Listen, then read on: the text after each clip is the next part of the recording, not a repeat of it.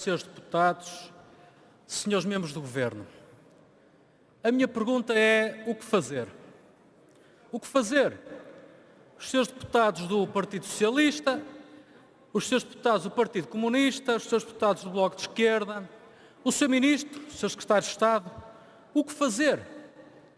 Os resultados da vossa governação são maus e fazem temer pelo futuro. Portanto, o que fazer? Há duas vias: persistir nos erros, continuar esta política de ocultação dos problemas, sem planeamento, sem orientação estratégica, ou mudar de políticas, mudar de vida, procurar obter outros resultados que não estes que têm para apresentar. Eu pergunto: vamos voltar ao buraco dos milhares de milhões de euros de há 6 anos? Déficits anuais no SNS de 600 e 800 milhões de euros, como aconteceram e eram a marca dos governos de José Sócrates.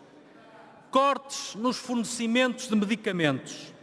Está a acontecer a desagregação do Serviço Nacional de Saúde, em resultados financeiros, em resultados assistenciais. Existem desequilíbrios em todas as vertentes e este Governo não consegue tomar decisões estruturadas e decisões estruturantes. Toma unicamente decisões de contexto e que visam prolongar o tempo de vida dos próprios decisores. As greves dos profissionais passaram a ser, em termos de comunicação, positivas. O aumento das reclamações dos utentes é reduzido a um epifenómeno. O estrangulamento da atividade dos hospitais são meros episódios. Das demissões não se fala à espera que o tempo passe. A candidatura à Agência Europeia do Medicamento é apresentada para a cidade de Lisboa. Consegue o Ministro da Saúde verbalizar, com um toque de verdade, das razões para tal decisão e dos argumentos para preterir outras cidades portuguesas? A questão é: será que por algum momento o Governo, este Ministro, considerou sequer a hipótese de candidatar outra cidade portuguesa que não fosse a cidade de Lisboa? E o facto de, num ano e meio, o Infarmed já ir no seu 3º presidente constituirá um bom cartão de visita para uma candidatura deste calibre? Na área dos medicamentos para o VIH-Sida, o Governo está há mais de um ano a atrasar a entrada de terapêuticas inovadoras mais eficazes, menos tóxicas e mais baratas. Portugal é, neste momento, o único país da Europa Ocidental que não tem acesso a esta inovação. E mesmo na Europa de Leste são poucos os países onde estes medicamentos não estão disponibilizados. O Ministério insiste em manter os doentes com tratamentos mais tóxicos e tratamentos mais caros. Alguém sabe o que pensa o Ministro da Saúde sobre esta questão? Ou estará à espera, escondido, que venha uma notícia nos jornais para então aí reagir e apresentar uma qualquer solução anunciada, não efetiva? Desde que o atual Governo entrou em funções, o recurso à contratação de tarefeiros aumentou, contrariando uma tendência consolidada de 2012 a 2015. Em 2006, ultrapassaram os 100 milhões de euros. E no primeiro trimestre deste ano, já vai em 26 milhões, que é bem mais do que no primeiro trimestre do ano anterior. E, portanto, em face desta derrapagem, o que é que faz o Ministro da Saúde? Decreta. O Ministro da Saúde decretou. E decretou que tem que haver um corte de 35%. Esse diploma de execução orçamental, que corrige o de março, ameaça inclusivamente os gestores hospitalares de responsabilidade civil, financeira e disciplinar. Para quê? Para isentar exatamente o Ministro da Saúde da sua responsabilidade de gestão. O resultado deste corte cego é o cancelamento de cirurgias, a instabilidade, dirigentes que já se demitiram, os hospitais mais carenciados a entrarem em linha de risco e as urgências a estarem em perigo. Um conjunto de efeitos que em nenhum momento este Ministro consegue explicar como é que acautelou para não acontecer. só consegue prometer que não vão acontecer. O Ministro resolveu impor esta medida quando, o ano passado, na Comissão de Saúde, dizia que nunca imporia esta medida, muito menos no período em que foi. Essa frase já foi aqui lida neste plenário pelo líder parlamentar do PSD. Mas se houver dúvidas, no dia seguinte a essa frase, aqui no plenário, o Ministro sentencia novamente: não valerá a pena, neste período de verão, estarmos a tomar iniciativas legislativas que poriam em causa a prestação de serviço. Exatamente aquilo que faz um ano depois. E o que é que mudou para o Ministro aprovar este corte de 35% um ano depois? O que mudou é muito simples. O Ministro está aflito. Está aflito. O Ministro está aflito. E o Sr. Ministro saberá que 90% das prestações médicas no INEM são prestações de serviço. Como é que vai acautelar esse serviço?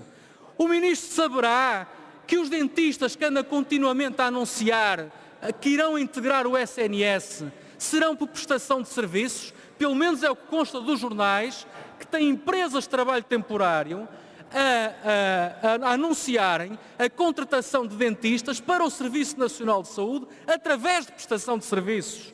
E o Ministro saberá que os profissionais do CODU de Lisboa, Porto e Coimbra estão a ser contratados atualmente através de empresas de trabalho temporário. O que é que adianta decretar 35% de corte, quando a prática é exatamente a contrária?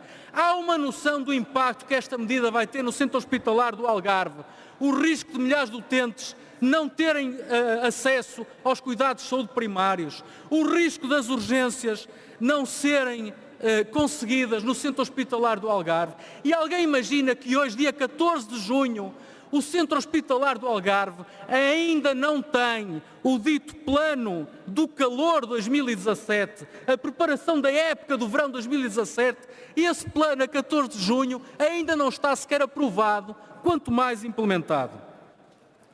O investimento público no SNS caiu para metade, os pagamentos em hospitais duplicaram, a dívida aos fornecedores aumentaram, e o Ministro, na Comissão de Saúde, na semana passada, acaba por justificar-se de uma forma extraordinária. É que as notas de crédito da indústria estão em atraso e ainda não foram registadas. Foi o Sr. Ministro que disse, faz hoje 8 dias. É extraordinário, porque em janeiro de 2016 não foi capaz de reconhecer que fez exatamente a mesma coisa. Atrasou o registro das notas de crédito, em vez de registar em dezembro de 2015, para poder imputar um déficit maior num único mês ao governo anterior. Sr. Ministro, muito feio mesmo, e não lhe fica nada bem. Agora começa a pagar essa fatura. Outra estranheza que se assiste no SNS é o aumento do uso de produtos à consignação nos hospitais, permitindo a sua utilização muitos meses antes da emissão das respectivas notas de encomenda. Esta generalização de legalidade duvidosa falseia as dívidas e leva a que os prazos médios de pagamento sejam largamente protelados. A somar ao declínio da situação financeira do SNS, junta-se as falhas nos serviços, a falta de pessoal, a falta de material, a falta de medicamentos, como ainda recentemente o PSD teve a ocasião de verificar na visita que fez ao Centro Hospitalar do Algarve. E o Ministro propala a contratação de milhares de profissionais para o SNS. E eu pergunto, onde é que estão? Onde é que estão esses profissionais? Essa declaração de vontade considera os profissionais que saíram ou só mesmo os que o Ministro afirma que entraram? Será que nos enfermeiros da época da gripe que foram contratados, depois foram despedidos? O Ministro conta a dobrar, a triplicar. Eu acho que seria muito útil trazer o balanço social do Ministério da Saúde. Algum dia há de ser tornado público. Ainda o de 2015 não o é. Mas o dia em que for tornado público, porventura, algumas dúvidas se dissiparão. Outra multiplicidade de problemas relaciona-se com a emergência médica. O Governo fez aprovar um plano de redução dos horários de um significativo número de ambulâncias de emergência médica. O dito plano existe, nós sabemos que existe, o Ministro já confirmou na semana passada na Comissão que existe, foi à Comissão para falar do plano, não se fez acompanhar do plano, prometeu há 8 dias que o enviaria aos grupos parlamentares. Cá estamos, passado 8 dias, nós não recebemos o plano, não sei se as bancadas da esquerda receberam o plano. Aliás, lembra uma cena gaga neste plenário de um debate em janeiro, Atingiu em que o Sr. Ministro, deputado. vou terminar, Sr. Presidente, em que o Sr. Ministro exibiu um mapa de construção de novos hospitais e nós requeremos a sua distribuição.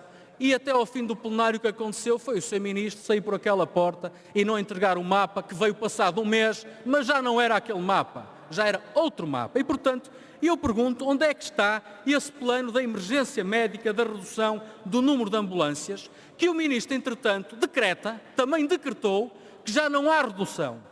Mas vai-se ver aos locais, vai-se a Espinho, vai-se a Gaia, vai-se a Lisboa, vai-se a Amadora, e, de facto, as ambulâncias não estão a sair. Portanto, Sr. Ministro, isto de sentir-se apertadinho, estar aflito e decretar uma imposição não chega. É preciso, de facto, fazer mais e muito mais. Para terminar, Sr. Presidente, há um concurso lançado por este Governo de contratação a privados. Sim, Sr. Deputado do Partido Comunista, está a comentar a minha intervenção, então ouça agora com um bocado de atenção.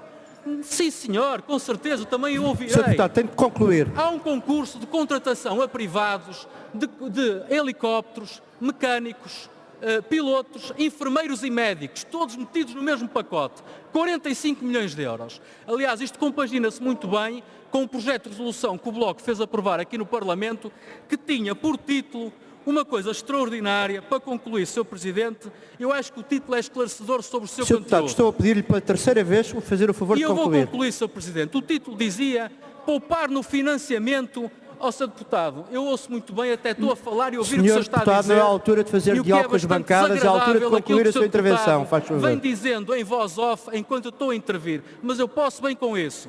O título do projeto de resolução dizia, para terminar, Sr. Presidente, poupar no financiamento a privados para investir no SNS. Deve ser o tal concurso das ambulâncias. Não é, senhores deputados do Bloco de Esquerda? Que estranha forma de vida que os senhores têm. Terminei, Sr. Presidente.